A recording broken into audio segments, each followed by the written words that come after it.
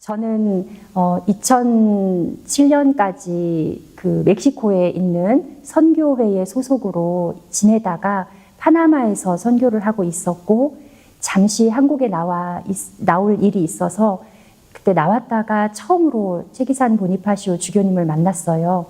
그리고 나서 그때 인사를 나누고 헤어졌는데, 그리고 나서 한 4-5달 후에 다시 주교님을 뵙게 됐어요. 그때 저는 파나마에서 파나마 대주교님으로부터 그곳에 버려진 아이들을 돌봐달라는 요청을 받았고, 그리고 그곳에서 그 아이들을 돌보면서 지내고 싶은 마음에 주교님께 공문을 써달라고 부탁을 드렸었고요. 네, 주교님께서는 그 부탁을 받으시면서 저희 수녀회를 설립하시겠다고 마음을 먹으셨던 것 같아요.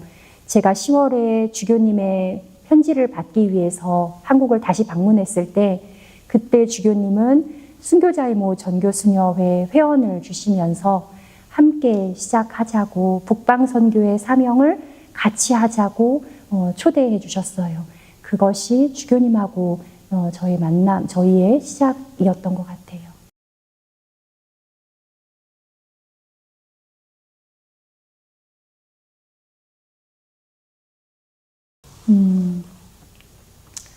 주교님은 자주 하셨던 말씀이 괜찮아, 다 괜찮아 라고 말씀을 자주 하셨어요. 저희가 힘들다고 해도 괜찮아, 어떤 일에 대해서 어렵다고 해도 괜찮아, 다 괜찮아, 못해도 괜찮고 실수해도 괜찮아, 이렇게 이야기를 하셨었어요. 그래서 주교님을 뵈면 저는 항상 떠올랐던 그 주교님의 이미지가 이제 자비로우신 분, 또 주교님한테 많이 느꼈던 건 저뿐만 아니라 우리 수녀님들이 늘 느꼈던, 주교님은 모든 사람들에 대해서 굉장히 사랑이 깊으시다라는 걸 느꼈어요. 저희 수녀님 한 명은 아버지가 일찍 돌아가셨기 때문에 아버지에 대한 사랑을 느끼지 못하고 자랐대요. 근데 수녀회에 입회하는 입회 미사 때 주교님이 그 수녀님의 사연을 들으시고, 이제는 내가 아버지 해줄게 하시면서 만날 때마다 이렇게 손잡아 주시고 꼭 안아주시고, 그러면서 이제 잘 지냈는지 딸에게 안부를 묻는 아버지 같은 그런 마음으로 항상 대해 주신 걸 옆에서 제가 이제 간접적으로 보게 되죠. 그럴 때 이제 정말 주교님 진짜 사랑이 많으시구나라는 걸 알게 됐고, 특히 신자분들한테 대하실 때도 너무 사랑이 크시다는 걸 옆에서 많이 보게 됐어요. 그래서 주교님을 생각하면 사랑과 자비라는 이 두 단어가 저한테는 가장 크게 떠오릅니다.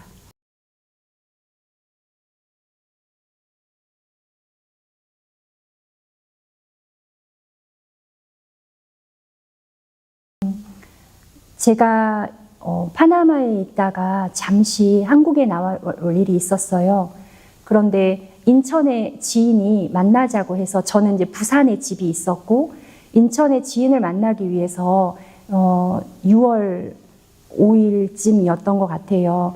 그때 인천을 처음 방문했어요. 저는 인천을 잘 알지 못했던 사람인데, 처음 방문했을 때 그때 만났던 곳이 동인천이었어요. 동인천에서 지인과 헤어지고 나서 제가 새벽 기차를 타고 올라왔기 때문에 미사를 드릴 수가 없었는데, 이제 그날 미사를 못 드렸으니 인근에 성당이 있으면 성체조배라도 하고 싶어서 이제 동인천 그 지하상가에 이제 상인들한테 근처에 성당이 어디 있느냐고 물었더니, 이렇게 쭉 가다 보면 이렇게 답동성당이 있다고 알려주셨어요. 그래서 제가 이제 물어물어 찾아서 간 곳이 답동성당이고, 그때 제가 도착했던 시간이 오후 5시쯤이었는데요. 그때 성당에 조배를 하러 딱 들어가는데 성당에서 입당성가가 흘러나왔어요. 그래서 너무 놀랬죠.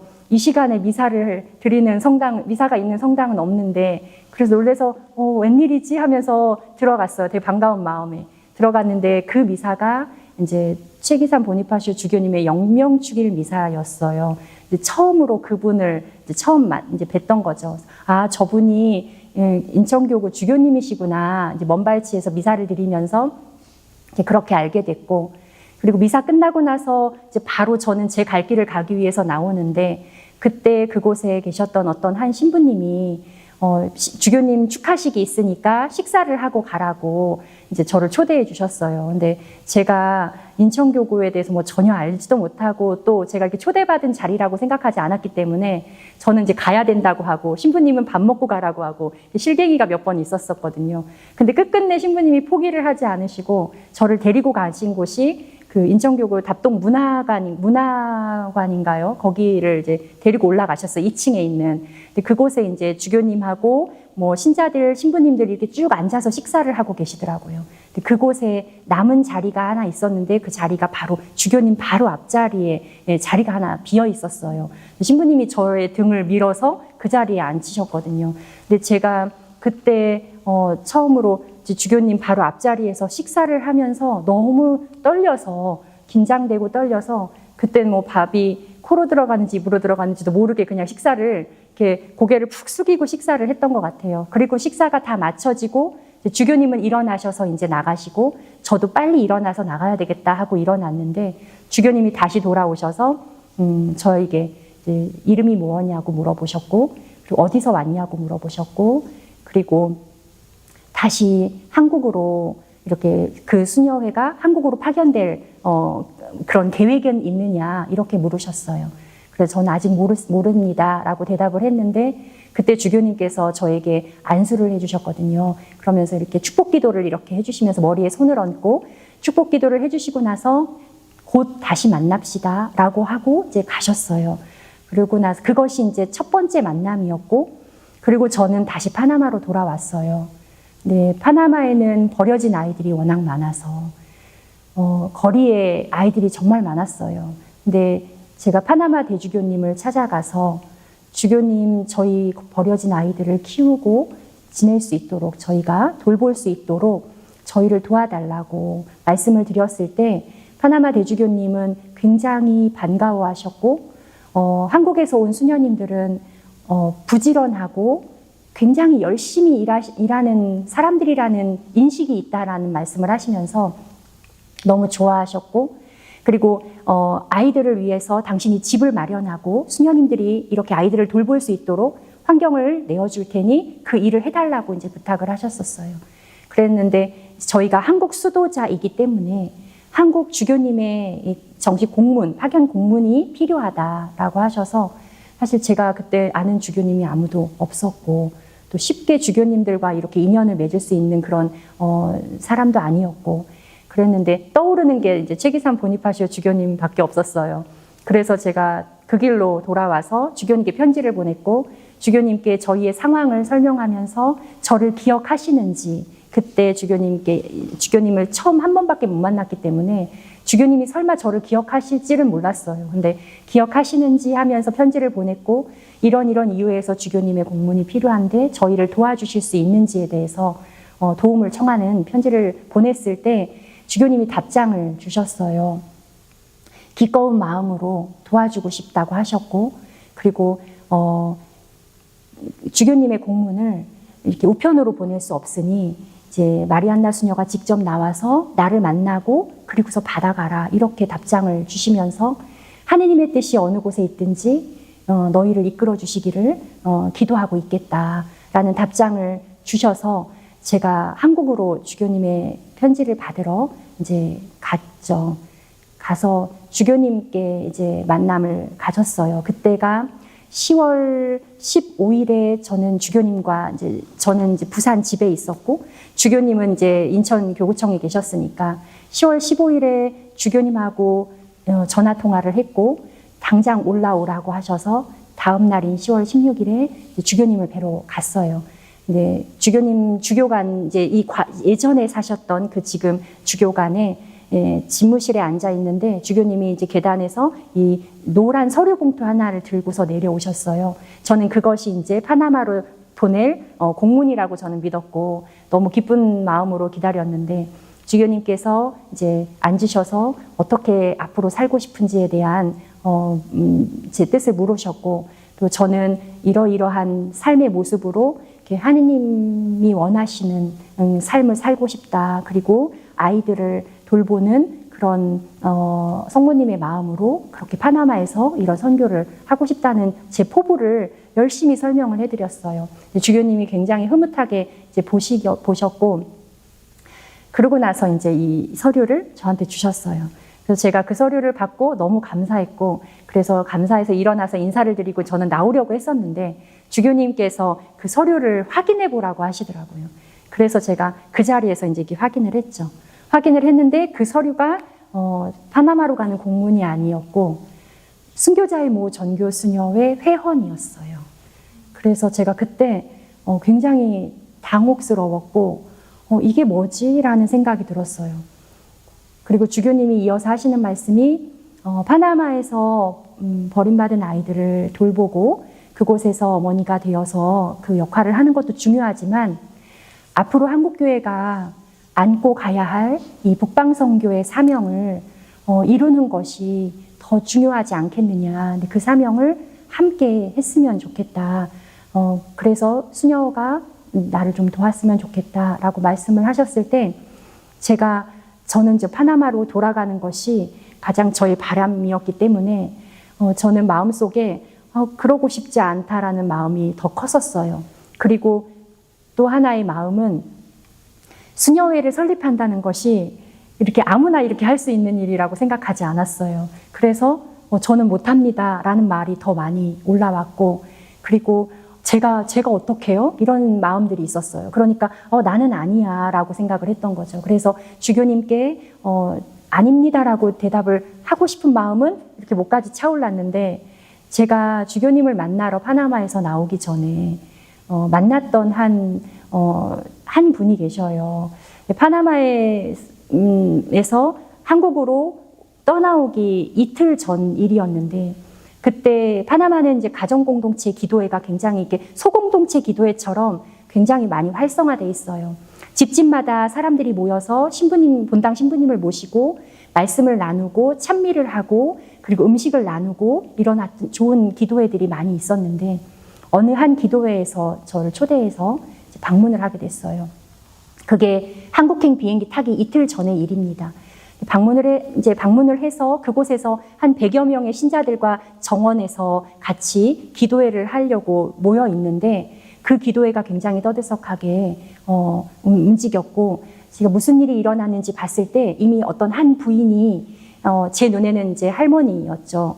이제 아주 백발이고 단발머리에 아주 저는 키가 저보다 훨씬 큰 분이셨어요. 그런 할머니가 그 집을 들어오시더라고요. 그리고 신자들은 너무 놀라워서 어떻게 할 줄 몰라 했던 그런 상황에 제가 그분이 누구신지 몰랐기 때문에 이제 옆에 있는 신자한테 저분 누구시냐고 그랬더니 파나마에서 굉장히 유명한 예언자시다라고 말씀을 하셨고, 한 80이 넘은 어르신인데 굉장히 꼿꼿하시고 굉장히 아름다운 분이셨어요. 그런데 이분이 집에서 잘 나오시지 않고 하느님과 늘 대화를 나누시는 분이시고, 신부님, 수녀님들 뿐만 아니라 파나마 대주교님까지도 이분을 만나기 위해서 이분하고 함께 영적 담화를 나누고 또 이분의 기도를 부탁하기 위해서 이분께 기도를 부탁하기 위해서 이분을 항상 이분의 집에 찾아가야만 뵐 수 있는 그런 분이시라는 이야기를 들었어요.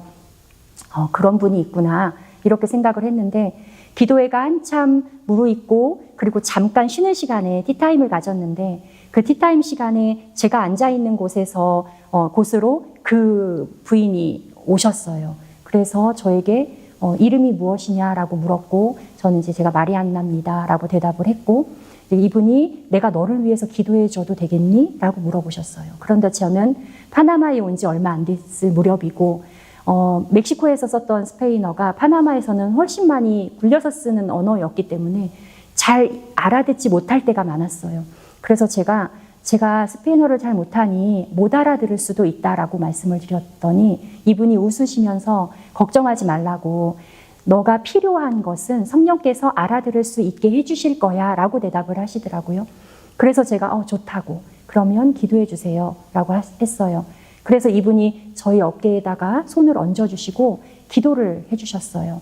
정말 긴 말씀을 주셨는데 그 중에 제가 알아들은 건 딱 2가지의 내용이었어요. 첫 번째 내용이, 너가 주교를 만나면 무조건 피앗 하라라는 내용이었어요. 그런데 제가 그 얘기를 들으면서 순간 속으로 이제 깜짝 놀랐던 건 제가 이틀 뒤에 한국행 비행기를 타고 주교님을 만나러 가는 건 이 자리에 있는 어느 누구도 몰랐던 이야기고 저와 함께 있는 한국 수녀님들만 몇 명만 알았던 이야기인데 이분이 내가 주교님을 만나러 가는 걸 어떻게 알지? 라는 생각이 들어서 속으로 좀 놀랬었어요. 그런데 이분이 다시 제 얼굴을 이렇게 딱 잡으시면서 너는 지금 내가 이야기한 이 말을 네가 알아들었니? 라고 물어보셨어요. 그래서 저는 피앗이라는 말은 뭐 성경에도 나와 있는 말이고 또 성모님께서 예스라고 대답하신 말이었기 때문에 그런 이제 이성적인 알고 있는 이것을 가지고서 제가 끄덕끄덕했죠. 알고 있다고. 그랬더니 아니 너의 영혼은 이 말의 의미를 진정 알아들었니? 이렇게 물어봤어요. 그래서 제가 내가 알아들은 게 맞나? 또 다른 무엇인가가 있나? 그래서 잘 모르겠다. 이렇게 말씀을 드렸죠. 그랬더니 지금은 모르지만 그때가 되면 알아들을 거야 라고 이야기를 하셨어요. 두 번째 말씀은 내가 너희를 통해서 세울 공동체는 그 공동체 이름이 이미 하느님 생명의 책에 이미 이름이 기록되어 있다라는 말씀이셨어요. 근데 뭐 그때는 제가 그게 무슨 말인지 전혀 이해를 못했죠. 그리고 나서 저는 이틀 후에 한국행 비행기를 탔고 주교님을 만나러 왔어요. 주교님께서 주신 그 서류 봉투 안에 순교자의 모 전교수녀회 회헌이 있었어요. 근데 제가 그때 그 말씀이 떠올랐어요. 저는 제 마음속에서 못합니다 라는 말이 이렇게 올라오고 있었고 제 머릿속 기억은 그 말씀이 계속해서 제 아래로 내려오고 있었어요. 저의 인간적인 뜻과 그분이 전해주신 하느님의 말씀이 아주 충돌하는 아주 잠깐의 순간이었는데 저는 그걸 제가 회상하기를 억겁의 시간 같았어요. 너무너무 치열한 그 갈등이었어요. 마음속으로는 노라고 이야기하고 싶었지만 노라고 이야기할 수 없는 상황이었죠. 그래서 주교님께 말씀드렸죠. 주교님, 제가 주교님을 만나러 오기 전에 주교님을 만나면 무조건 피아타라는 말씀을 들었습니다 라고 말씀드렸고 주교님이 굉장히 환하게 웃으시면서 그거 내 모토야 이렇게 말씀하셨어요. 당신의 모토가 피앗 볼룬타스 투아라고 설명하시면서 항상 하느님의 뜻이 이루어지기를 바라면서 사는 것이 나의 모토다 라고 하셨고 이건 성모님께서 그렇게 되도록 섭리하신 거다. 그래서 수녀가 피앗을 했으면 좋겠다라고 주교님이 말씀하셨고 제가 그렇게 하지 못할 이유가 없어진 거죠. 그래서 그 자리에서 이제 피앗을 하게 된 거고 순교자의 모 전교수녀회가 시작이 된 겁니다.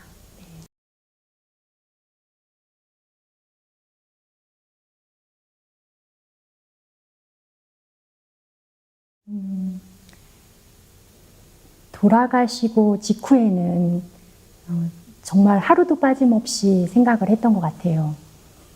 사실 살아계실 때도 워낙 성모가 바쁘신 분이셨기 때문에 자주 만나지는 못했어요.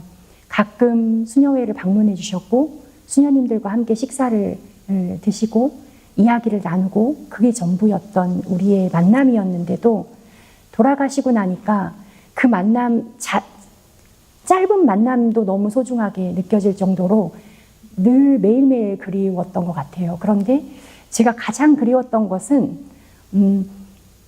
이럴 때 주교님이라면 어떤 결정을 해주셨을까라는 것에 어떤 막막함이 앞설 때 북방선교라는 큰 방향을 설정해 주신 분은 주교님이시지만 그 북방선교를 향해서 걸어가는 데 있어서 한 해 한 해 저희가 살아가야 할 작은 지표들이 스스로 만들어 나가기에는 사실 저희가 굉장히 역량이 부족하다고 저희는 느꼈거든요. 그러다 보니까 이럴 때 어떻게 해야 하지? 라는 생각이 들고 지금 이렇게 결정하는 게 잘하고 있는 것일까? 라는 생각이 들 때마다 늘 주교님이 떠올랐어요. 주교님 우리 어떻게 해야 돼요? 주교님 우리 어떻게 가야 돼요? 라고 이렇게 늘 묻게 되고 그럴 때마다 주교님이 좀 더 계셨더라면 이런 두려움과 이런 막막함이 좀 없었을 텐데 우리에게 이런 방향을 좀 잡아주실 수 있었을 텐데 이런 생각을 할 때마다 늘 보고 싶었어요. 지금은 이제 그런 보고 싶음의 시간들이 이제 지나고 지나서 지금은 여러 순간 주교님이 도와주신 거 아니야? 라는 생각을 했던 여러 가지 사건들이 있었거든요. 지금까지 이렇게 지내오면서. 근데 그럴 때, 이거 주교님이 도와주신 것 같아. 또는 예전에 수녀원 건물이 너무 이제 부실하니까 비가 너무 많이 샜어요. 근데 어느 날 정주교님께 이제 부활 인사를 드리러 갔는데 들어가기 전에 주교님 저희 수녀원이 너무 물이 많이 새요. 어떻게 해야 될지 모르겠어요 하고 걱정을 말씀드리고 싶었는데 사실 걱정을 말씀드려야 할 분이신지 잘 모르겠더라고요. 그런데 주교님께서 공사 도와줄게 하셨어요. 수녀원에 물이 많이 새니까 이거 공사하는 거 도와줄게 하시면서 하시는 말씀이 최주교님 선물, 부활 선물이야 이러시더라고요. 근데 그럴 때마다 그런 말씀을 이렇게 간간히 들을 때마다 또 정주교님을 통해서 그런 말씀을 딱 들었을 때 주교님이 보고 계시는구나. 주님 도와주시는구나. 근데 그런 체험이 너무 많았어요. 너무 많다 보니까 지금은 막막할 때 생각나는 게 아니라 지금은 이제 어떤 좋은 일이 생기면 이거 주교님이 도와주신 거 아니야? 이런 생각, 그러니까 주님께서 주교님의 전고를 들으시고 기도를 들으시고 우리한테 이렇게 좋은 일을 보내주신 거 아니야? 라고 생각해서 좋은 일이 생길 때 또 주교님이 많이 떠올라요.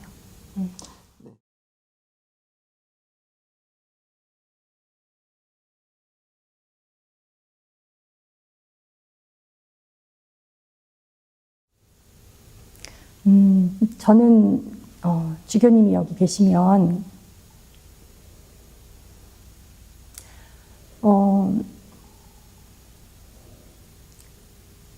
지금까지 걸어온 길을 보고 계셨을 거니까요. 저희가 이렇게 걸어오기를 잘했나요? 하고 묻고 싶어요. 당신이 하느님의 영감을 받아서 세운 수녀회이다 보니까 주교님이 어떻게 살았으면 좋겠는지에 대해서 아마 생각하고 계셨을 것 같아요. 그런데 저희는 그분의 의중을 모르니까 주교님 저희가 이렇게 산 것이 맞았나요? 라고 묻고 싶어요. 그리고 앞으로 이렇게 가는 것이 주님 보시기에 합당하다면, 그리고 그분 보시기에 기쁘시다면 우리가 앞으로 이렇게 북방선교를 향해서 작은 몸짓이지만 충실하게 걸어가는 이 시간에 주교님 끝까지 포기하지 않고 실패하더라도 그 길을 끝까지 걸어갈 수 있는 우리가 될 테니 주교님도 끝까지 응원해 주시고 그리고 도와달라고 그렇게 말씀드리고 싶고, 그리고 옆에 계시면 많이 보고 싶었다고, 그리고 너무 감사했다고, 주교님을 만났던 순간들이 되게 많이 감사했고, 그리고 주교님을 지금 이렇게 다시 한번 기억할 수 있는 그런 이 시간이 전 정말 감사해요. 네.